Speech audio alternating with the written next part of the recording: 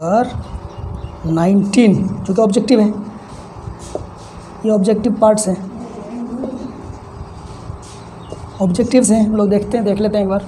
19 cylindrical tank, एक cylindrical tank है, cylinder है इस तरह से।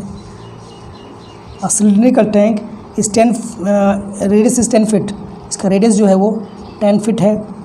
Is being filled with wheat, इसमें भरा क्या जा रहा है, व्हीट मतलब गेहूँ भरा जा रहा है। एट रेट 3 क्यूबिक, मतलब गेहूँ को दिया हुआ है, dV/dt हमको दिया हुआ है 314 cubic feet cube per minute हमको दिया हुआ है। Then the depth of the wheat is increasing at the rate of, ये जो डेप्थ है, ये जो हाइट है, ये किस रेट से, मतलब dH/dt किस रेट से बढ़ रहा है। The height which is increasing at the rate of, किस रेट से बढ़ रहा है ये, dH/dt बोल रहा है वॉट, किस रेट से बढ़ेगा। इसका जो वॉल्यूम है, वॉल्यूम कितना होता है, πr²h ले लेते हैं, π10² h, क्योंकि दिया हुआ है ना, तो ये हो जाएगा 100πh, कितना हो जाएगा ये 100πh, ये हो गया वॉल्यूम। तो अब dV/dt कितना हो जाएगा, तो 100π तो कांस्टेंट है, ये होगा dH/dt, और dV/dt हमको कितना 314 दिया हुआ है, तो 100π dH/dt।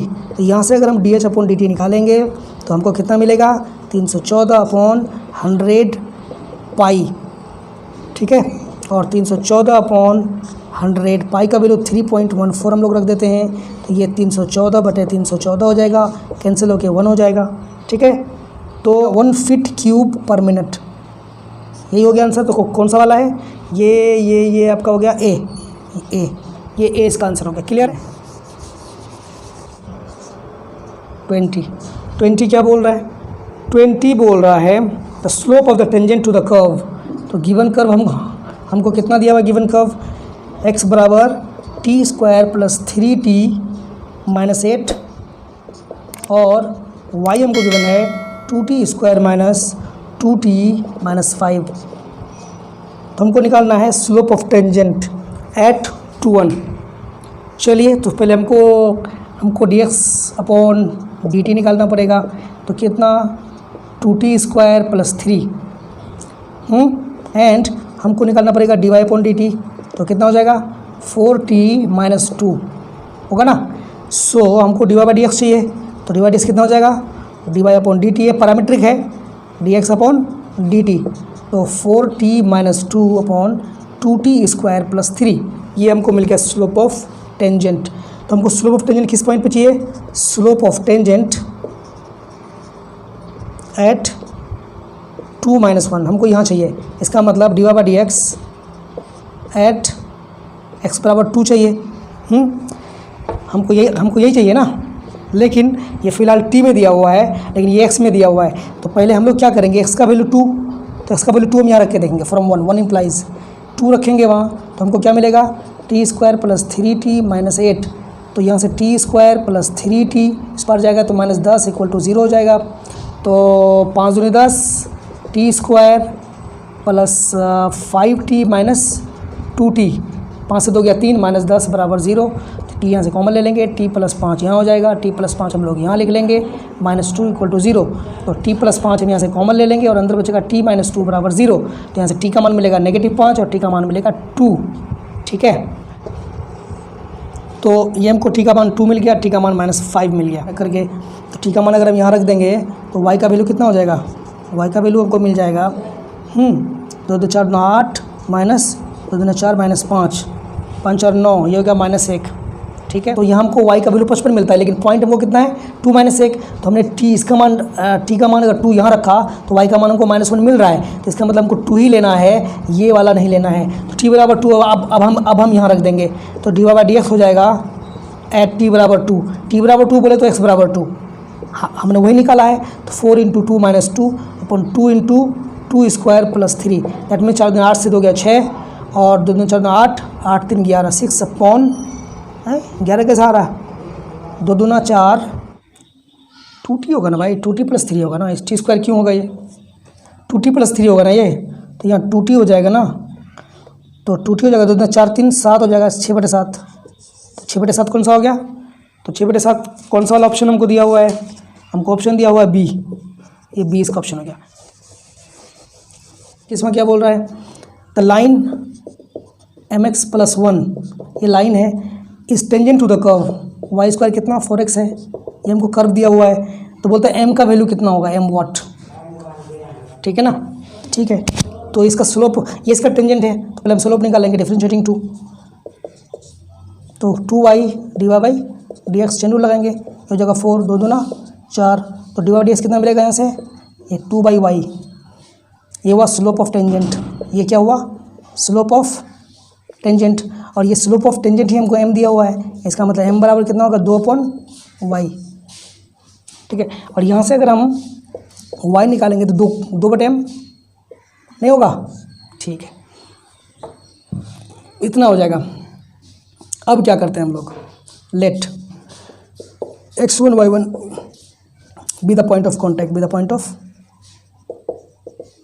कॉन्टैक्ट, ये पॉइंट ऑफ कॉन्टैक्ट है, तो यहाँ पर भी है यहाँ पर भी है, सो y1 बराबर m x1 प्लस 1, इसको 3 मान लेते हैं, and y1 square equal to 4x1, इसको 4 मान लेते हैं, ठीक है।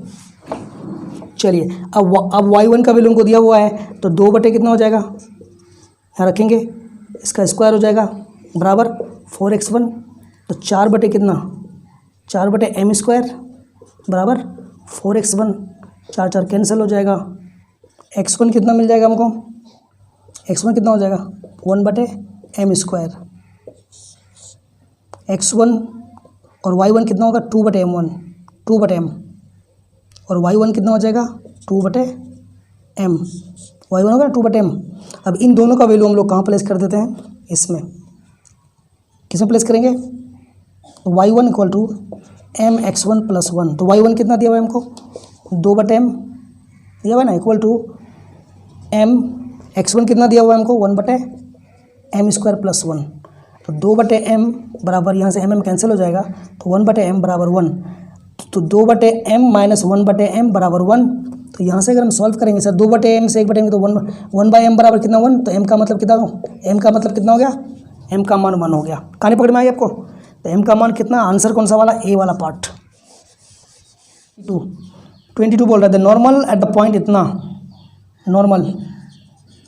Normal at 1 1 to the curve 2y plus x square बराबर 3 कितना होगा, तो सर नॉर्मल इस पॉइंट पर, नॉर्मल तो समीकरण होता है ना, इस पॉइंट पर है, तो ये पॉइंट नॉर्मल को संतुष्ट करेगा ना, तो मान लो यहाँ हमको जो 22 में दिया हुआ है, पहला ऑप्शन है x प्लस वाई बराबर 0, पहला ऑप्शन है, तो दोनों को रखेंगे तो 1 + 1 0, तो इसका मतलब ये ऑप्शन नहीं है।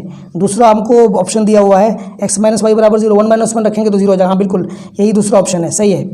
तीसरा x प्लस वाई प्लस 1 बराबर 0, 1 + 1 ये तो होगा ही नहीं, है ना, कभी नहीं होगा। डी मतलब डी और बी, सॉरी ये बी और डी, ए बी सी और डी, डी में भी x माइनस वाई 0 दिया हुआ है, यहाँ भी, तो ये दोनों सेम है, इसका मतलब बी और डी में से कोई भी आप आंसर ले लीजिए, है ना, ठीक है।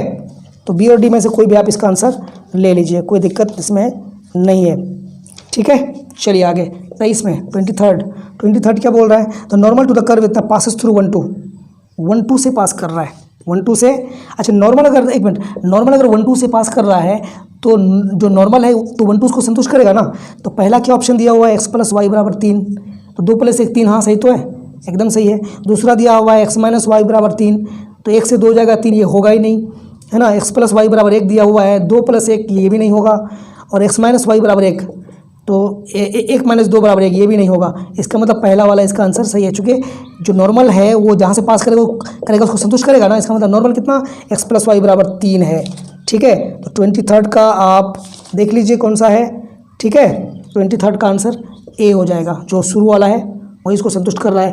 चलिए अगला हम लोग देख लेते हैं, 23 हो गया, 24 देखते हैं। 24 क्या बोल रहा है भाई, 24 है 9y square equal to x3, हमको ये कोई कर्व दिया हुआ है, where the normal to the curve have equal intercepts.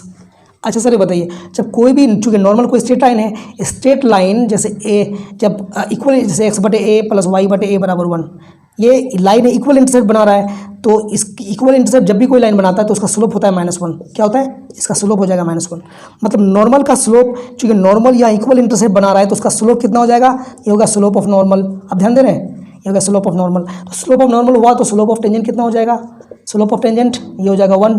Slope of tangent हमको मिल गया 1। जब स्लोप ऑफ टेंजेंट हमको 1 मिल गया तो हम यहाँ से स्लोप ऑफ टेंजेंट निकाल लेते हैं। कितना होगा, 9 दूना 18y, 9 दूना 18y divide by D x बराबर 3x² हो जाएगा। तो 3 6 18, तो यहाँ से डिवाइड बाई डी एक्स हमको कितना मिलेगा, ये हो जाएगा x² बटे 6y, नहीं होगा। तो यहाँ से अगर ये बराबर 1 होता है तो यहाँ से 6y बराबर हमको मिलेगा x²। ध्यान दो, 6y बराबर x² मिलेगा, नहीं मिलेगा। जब 6y बराबर हमको x² मिल जाएगा तो यहाँ से y का वैल्यू हम लोग रिप्लेस कर देते हैं। तो y कितना, हमको यहाँ से y कितना, 6, y का मान कितना होगा यहाँ से, है ना। तो ऐसा करते हैं y² निकाल देते हैं ना। तो ये हो जाएगा 36y² बराबर x4। हमने दोनों तरफ स्क्वायरिंग कर दिया तो यहाँ से हमको कितना मिलेगा, हम लोग आगे चलते हैं। तो ये हो जाएगा 36y² बराबर x4। तो 36y² कितना होगा, x³ बटे 9, ये होगा हमको x4, 9 चौक 36, यहाँ से x4 कट जाएगा तो 4 बराबर कितना x मिला, x का वैल्यू हमको 4 मिला। जब हमको x का वैल्यू 4 मिला तो हमको पॉइंट देख लेना है, लेकिन यहाँ प्रॉब्लम है कि हर जगह 4 है, तो हमको सोचना पड़ेगा। तो 4 जब हमको मिल गया तो हमको y का मान निकाल लेना पड़ेगा।